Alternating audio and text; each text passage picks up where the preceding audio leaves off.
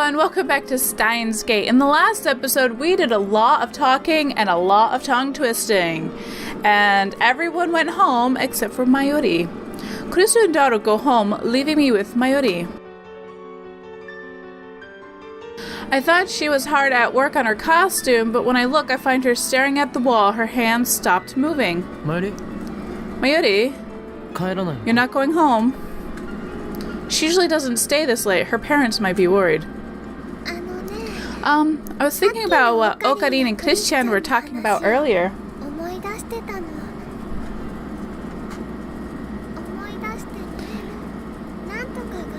I was trying to figure out what the things you said meant, but it was all so complicated, I didn't get any of it. The only thing I get is that something amazing is going to happen. Indeed, the world is about to change, and we shall be the ones to lead humanity into the future. You're shining, Okarin. Shining? What does that mean? You're shining, Christian too, like two bright stars in the sky. That must be my aura of madness you're sensing. You know, it's been 10 days since Christian joined us. Can you tell how I've been feeling? Since Christian's been a lab mem, I feel like things have really started to happen. Like we're a real lab now, you know? I must admit, her knowledge has been a great asset. Of course, the girl genius could never have joined us if not for the cunning of Hyoin Kyoma. That's why you're shining so bright now, Okarin. Christian is really a big help to you. I know. But I can't do anything to help. Mayuri looks depressed. I wish I were smart too. Then maybe I could help. Mayuri? She's never expressed such sentiments before. Is she jealous of Kurisu's talents? Is there a competition brewing in the lab? I sigh and walk to the window. I can't see many stars in the sky. Mayuri, aren't you going to look at the stars? Mayuri comes up beside me. We lean out the window together. It's only 9 p.m., but Akiba's already still and silent, save for the occasional car trundling by. Back when the lab just started, before Daru-kun joined, it was like this a lot, wasn't it? All quiet, just the two of us. Yeah, it was. Daru joined the lab in early May. Before that, he was unwilling to join no matter how I tried to convince him. But then he learned the lab was just the 3 minutes away from Make Queen plus Nya squared, and suddenly he was all Future Gadget Lab, hell yeah! For about a month and a half after the lab's founding, it was just me and Mayuri all alone. Can Mayushi stay here? Is it really okay? Mayuri looks at me with uncertainty in her eyes. I meet her gaze firmly and then bop her lightly on the head. Don't be ridiculous. All you need to do is stay. Just stay?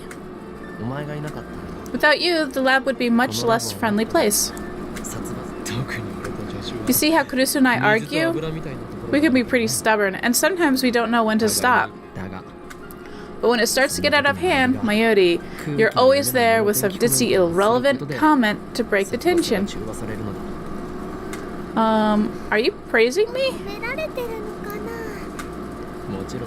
Of course I am. Don't worry a thing. Just know that you two are part of my plan.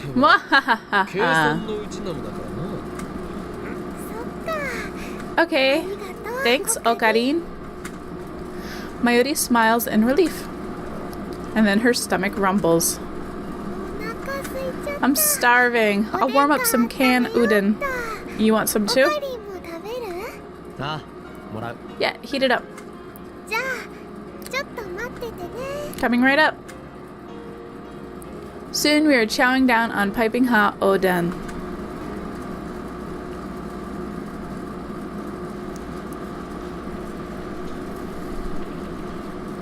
The next day, Mayuri and I go shopping at Daidikan. We have a list written by Kurusu of parts for the time leap machine. Naturally, I'm paying for everything out of my own pocket. Kurusu and Daru have already started work on the upgrade.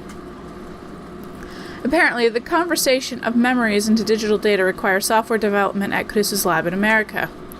She can download that software from their dedicated server. But that's not the only thing we need. There's also some kind of brain-scanning headgear that we're going to have to make ourselves. Incidentally, I have to pay extra close attention to make sure Mayuri doesn't wander off while we're shopping. If she sees some random store that interests her, she'll literally stop and stare at it for hours. I keep walking, of course, and only later realize that she's not behind me. And then I have to run from store to store looking for her. This must be how parents of small children feel. Anyway, this is nothing new. Mayuri has always been like this. I'm begging you, stick with me. If you get lost in this labyrinth of technology, you'll never escape. Not with your sense of direction. Okie dokie, I'll be careful. By the way, how is time leaping different from time travel? Did she really hear what I just said about not wandering off? Besides, Chris already explained the difference yesterday. Time travel means your whole body travels through time. Time leap means we'll only send your memories to the past. It's simple. Just memories, no personality or conscious included. Although Kurusu did mention that there was no way to be sure what might happen to your consciousness. Oh. Does that mean you can do things with the... Does that mean you can do things with the time leap that you can't do with the D-mails?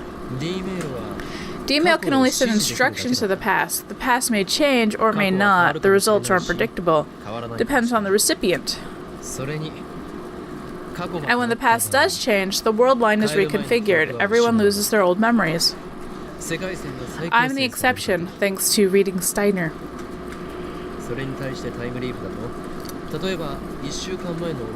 With a time leap, on the other hand, you can give your past self not just instructions, but all of the memories you have right now, or at least that's the idea.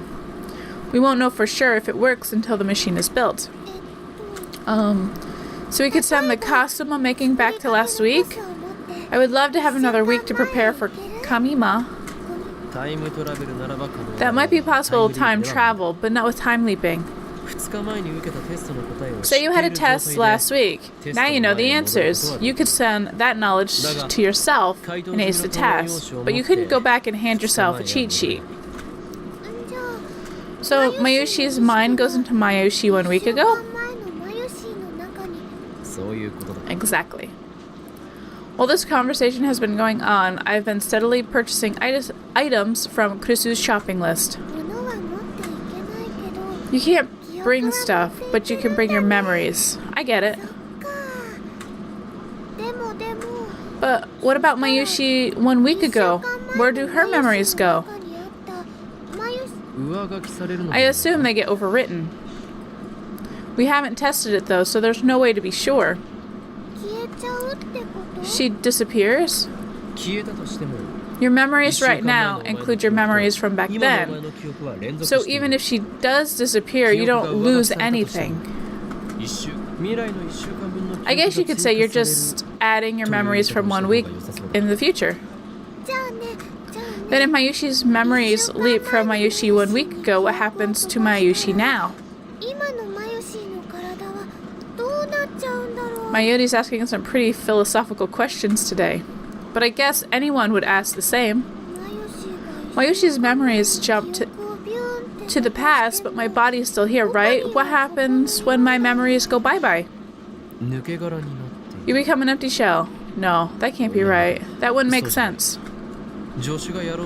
My assistant's device really records your memories data. In other words, it's just a backup. Your original memories are still inside of you. Nothing inside the brain is lost. You don't become an empty shell. Besides, neither personality nor consciousness is transferred to begin with. Your body shouldn't become an empty shell, and your consciousness shouldn't leap either. No, wait. There's another issue here. Actually, won't you become a new Mayuri? One who received memories from the future 1 week ago? Not that anybody, including me, would be able to tell the difference. Then, does the Mayuri who had the normal memories before the time leak get erased by the Mayushi who repeated the week with extra memories? This is getting complicated. That's right, she's erased. In other words, you relive the week. You can do things the same, or you can do something completely different. And you keep your old memories of that week that disappeared. Then does that mean... The questions keep coming. She's trying hard to understand in her own ditzy way. So I redo the week, okay. But what if I decide to go to Ikebukuro with my friends instead of coming to the lab today? What happens to the Mayushi talking with Okari now? The present would change to match the past, and this conversation would never happen. Oh, and you wouldn't notice the difference, Okari? Right. No one would notice. That would be kind of sad. For who? Me? No, for Mayushi. I don't get what she means. Maybe that's why Christian doesn't want to change the past. She nods to herself with a bright smile. Oh, I just thought of something. Can you time leap into the future? Maybe, but there wouldn't be a point. Chris and I reached that conclusion yesterday. The memories you send to override your memories at the destination. If you sent your memories 1 week into the future, then the future would just lose 1 week of memories. The whole point of our time leap machine is to affect the past events. We don't need to worry about the future.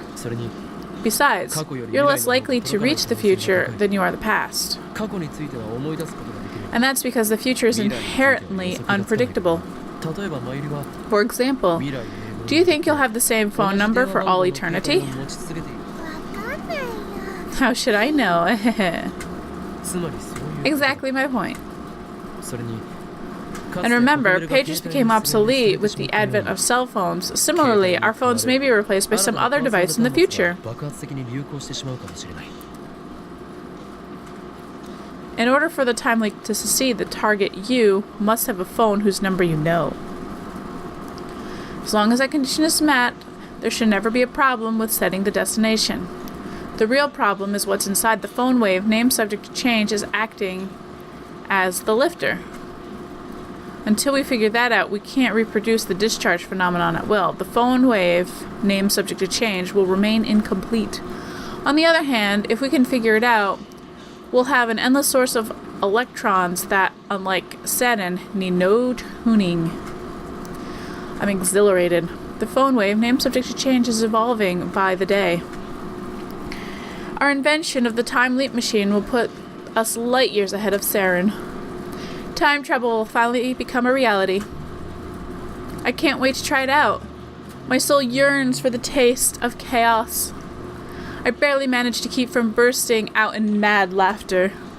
Come to think of it, more than 1 week has passed since we sent the first email, and although there was a strange threatening email, there remains no sign of Men in Black coming to haul us away. According to Daru, Sennen hasn't discovered our hacking either. The next problem is what will happen when we use the time leap machine. In order to compress a human's entire wealth of memory into the requisite 36 bytes, we have to borrow the LHC's black hole. I can't believe that Sennen won't notice an unauthorized activation of the LHC. How do we keep them from finding us? We need a plan. Oh, I guess I can't go back to grade school, can I? I didn't have a phone back then. Mayuri's still talking about the time leap. You want to go back to your elementary school days? I know exactly how you feel. If you repeated elementary school with the knowledge you have now, you'd be top grades, have an easy time bending children to your will. Yeah, and I thought maybe I could see Grandma again. I see. I'm afraid that's not possible. Mayuri's grandmother passed away when Mayuri was in elementary school. Yeah. It's too bad, but I guess I don't really need to see her. I still remember her words, her smile, her wrinkly hand patting my head. So even if I don't see her again, I'm okay. What I really want to see is little Okarin again. Back then, I was already a scientist without equal, a titan towering above other children. You can hardly be blamed for desiring to meet the child prodigy who would one day be feared as the great mad scientist Hoin Kyoma. I don't want to meet Hoin, what's-his-face? I want to meet Okarin. I'm Hoin Kyoma. Always have been, always will be. Mayuri just doesn't get it. So I disregard her comment. Anyways, there's no point. You haven't matured at all since that time. So nothing would change if you went back to elementary school anyway. Hey, that's not true. Mayushi's all grown up now. The only thing that's grown is how much you eat. And your breast size. That's not true. Mayoshi's a real woman now. Real woman? I kind of want to hear the details, but she probably doesn't know what she's talking about. Besides, I think Okarin's the one who hasn't changed since then. Isn't that what I said? I was already a mad genius, or I was already a genius mad scientist when you met me. The shopkeep shoots me a glare. I guess this is the best place for maniacal laughter. Better get those parts and head back to the lab. On that note, I'm leaving this episode here. It might be a little bit shorter. It might not. I'm not sure. There were some technical difficulties in the middle of recording this, so whatever. But if you're enjoying Steins Gate and you want to see more from me and you want to see what happens next, then please subscribe and do all that YouTube shit. And in the next episode, we're going to finish up our shopping. So I'll see you then.